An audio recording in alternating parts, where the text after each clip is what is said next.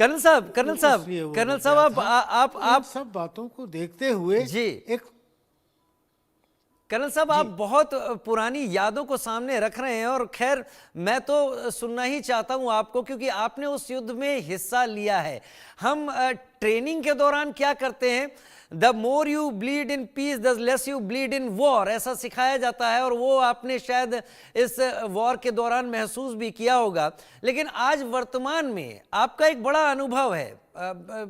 UK Debnath sir भी मेरे साथ हैं, अरविंद तेजावत भी मेरे साथ हैं, और मैंने देखा है पाकिस्तान में जब कुछ प्रॉब्लम होती है तो इंडिया बैशिंग करने के साथ उसको सेटल करने की कोशिश करते हैं। नेपाल भी कुछ कुछ इसी लाइन पर चलता है, जब कोई दिक्कत होती है भारत को जिम्मेदार ठहराकर अपनी पॉलिटिक्स को आगे बढ़ाता है। बांग्लादेश करंट में मोहम्मद यूनुस कह रहे हैं जंग के लिए हमें तैयार रहना होगा। आखिर 4000 किलोमीटर के बॉर्डर पर किसको जंग के लिए तैयार करने के लिए वो कह रहे हैं, ये भी समझना होगा। मालदीव भी ऐसा ही करता है, हालांकि मालदीव वापस आया, सभी देश वापस आए। हमने खुद को शटलकॉक बनने पर मजबूर कर दिया है, या हम वाकई नहीं समझ पा रहे हैं कि अपने नेबर से कैसे डील करना है? राजेश साहब, मैं आ रहा हूं आपके पास, मैं आ रहा हूं, मैं कर्नल शाही। हमारी पॉलिसी एक फर्म पॉलिसी है, फर्म होनी चाहिए। और आज जब हम उस बनाना स्टेट वाले एडजेक्टिव से बाहर आ गए हैं, आज हमें कोई ऐसा नहीं कहता। मैं समझता हूँ हमें अपने पैरों पर मजबूत एक दृढ़ पॉलिसी से चलना चाहिए, जिसका मतलब ये नहीं है कि हम बांग्लादेश से कोई युद्ध छेड़ दें, जैसा कि देश के अंदर बैठे कुछ देश के द्रोही वो सलाह देते हैं कि आप कुछ नहीं कर रहे हैं, हिंदुओं के साथ इतना हो रहा है। हम वो सब कर रहे हैं जो डिप्लोमेटिकली या शांति प्रिय रूप से किया जा सकता है। युद्ध हम नहीं करेंगे, नहीं करना चाहेंगे जब तक के बिल्कुल आवश्यक ना हो। तो फिर मोहम्मद यूनुस ने अपने सैनिकों को ये क्यों कहा है कि जंग के लिए तैयार हो जाओ? देखिए, ये तो सभी कहते हैं, पाकिस्तान में भी यही कहा जाता है जब उनके इंटरनल हालात बिगड़ जाते हैं। पर हम उनको कामयाब होने देना नहीं चाहते। वो एक बोगी अपनी पब्लिक को बताकर बेवकूफ बनाना चाहते हैं। एक जंग का नारा देकर शायद अपने बिखरे हुए पॉपुलेशन को इकट्ठा करना चाहते हैं। ये उनकी इंटरनल समस्या है। यानी दरअसल इस मसले के पीछे उन लोगों का हाथ ज्यादा है जो चाहते हैं कि फ्लैश पॉइंट ट्रिगर हो, आग लगे और उसके बाद वो अपने हाथ सेकें और उसका फायदा फ्यूचर में उठाएं। मैं अरविंद तेजावत जी का रुख करूंगा, लेकिन पहले ये बड़ी खबर कि क्या सेना प्रमुख के खिलाफ यूनुस जाने की कोशिश कर रहे हैं। वकारुज्जमान ने कल परसों क्या कहा था और अब यूनुस क्या कह रहे हैं? आर्मी चीफ के चेताने के बाद भी युद्ध की बातें कर रहे हैं। बांग्लादेश के आर्मी चीफ ने हिदायत दी थी यूनुस को भारत से संबंध ठीक रखने की हिदायत, भारत से बेहतर रिश्ते रखने चाहिए। जमान ने कहा था बांग्लादेश में हालात काबू से बाहर हो रहे हैं।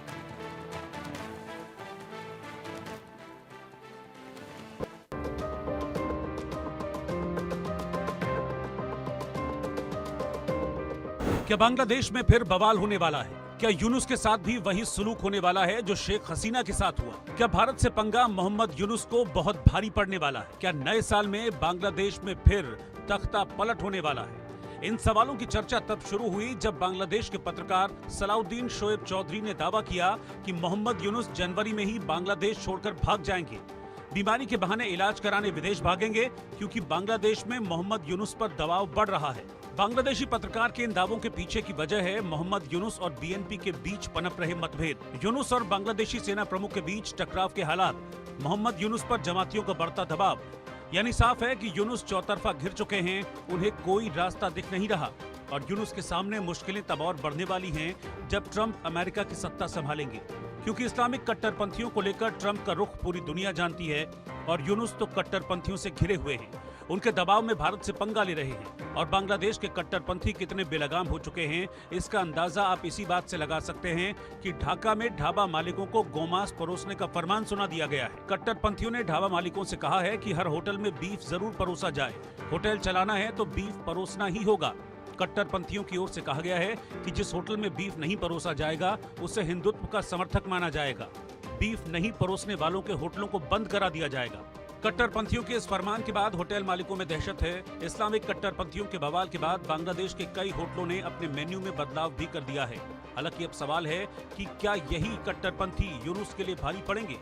क्या इन्हीं की वजह से बांग्लादेश में एक बार फिर से तख्ता पलट होगा? Bureau report, India news.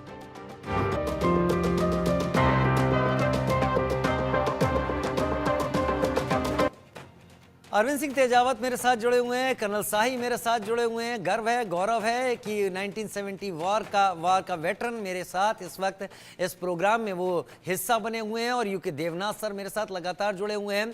Arvind Singh Tejawat जी, आपने कर्नल शाही को भी सुना, यूके देवनाथ सर को भी सुना, मैं भी उसी लाइन पर आता हुआ अपने को रख रहा हूँ।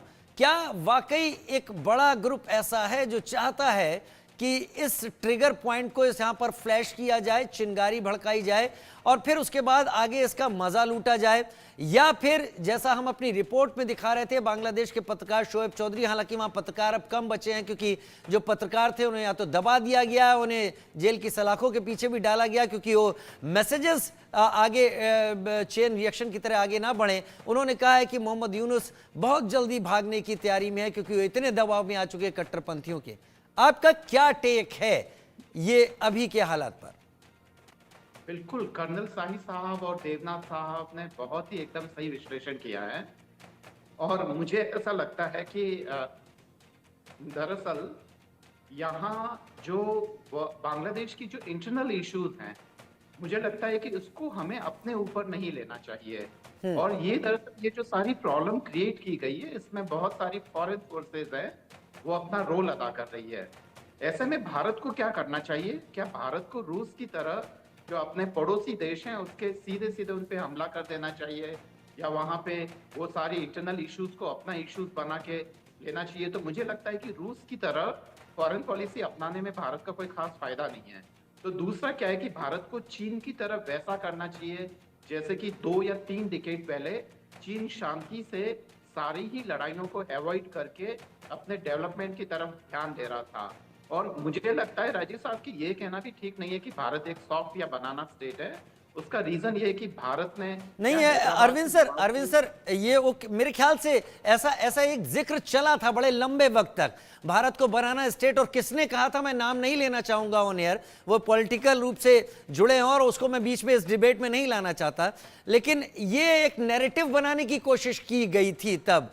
क्या भारत अपने को शटल कॉक बनने के लिए इस हालत में लाने का जिम्मेदार खुद है कि नेपाल को अपनी पॉलिटिक्स चलानी है तो भारत बैश करता है, बांग्लादेश को पॉलिटिक्स अपनी इंटरनल चलानी है तो भारत के खिलाफ बात करता है, और पाकिस्तान तो करता ही है?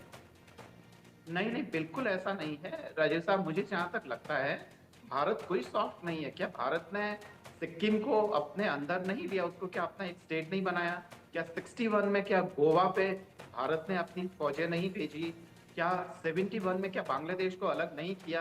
बस सॉफ्ट बने रहना और ऐसी इमेज बनाए रखना हमारी इंटरनेशनल पॉलिटिक्स के लिए फायदेमंद है। इसलिए ये सोचना कि भारत कोई बहुत कमजोर है या वैसा है, तो ऐसा नहीं है। और अगर भारत लड़ाइयों में उलझता रहता जैसा कि वेस्टर्न फोर्सेस भी चाहती है, और बहुत सारी आप देखिए, हम रूस को जो अपना मित्र मानते हैं, 81 के आसपास रूस में ये विचार था कि भारत और पाकिस्तान की एक और लड़ाई हो जाए। अगर 81 में अगर हमने वो लड़ाई कर ली होती बहुत सारे दूसरी वेस्टर्न फोर्सेस को मारने के लिए, या जो इंटरनल जो खासकर युद्धोन्मादी लोग हैं, रूस इसलिए चाहता था कि अगर पाकिस्तान अगर भारत से उलझ जाएगा तो जो तालिबान का और जो वहां के लड़ाकों का जो रशियन आर्मी पे जो प्रेशर है वो कम हो जाएगा। जी हाँ, तो भारत को ऐसा करना चाहिए।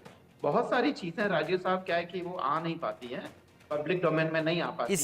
इसीलिए आप लोगों से चर्चा करते हैं हम, इसीलिए आप लोगों के ज्ञान का फायदा उठाते हैं कि इन समीकरणों को समझे कौन क्या कर रहा है। लेकिन एक बड़ी खबर रखते हैं, फिर सवालों पर आएंगे। यूके देवनाथ सर, म्यांमार में अराकान आर्मी ने अपना दबदबा बढ़ा लिया है। अराकान आर्मी क्या है दर्शकों, हम लगातार कई दिनों से इस पर चर्चा कर रहे हैं। भारत के लिए नॉर्थ ईस्ट में ये मुश्किल पैदा कर सकता है, लेकिन उससे भी बड़ी बात, बांग्लादेश के लिए मुश्किलें पैदा कर सकता है Arakan army. Arakan Arakan army जो कि म्यांमार में ब्रदरहुड अलायंस का हिस्सा है, जिसमें Myanmar national democratic alliance army है, जिसमें तोंग नेशनलिस्ट आर्मी है और जिसमें अराकान आर्मी है।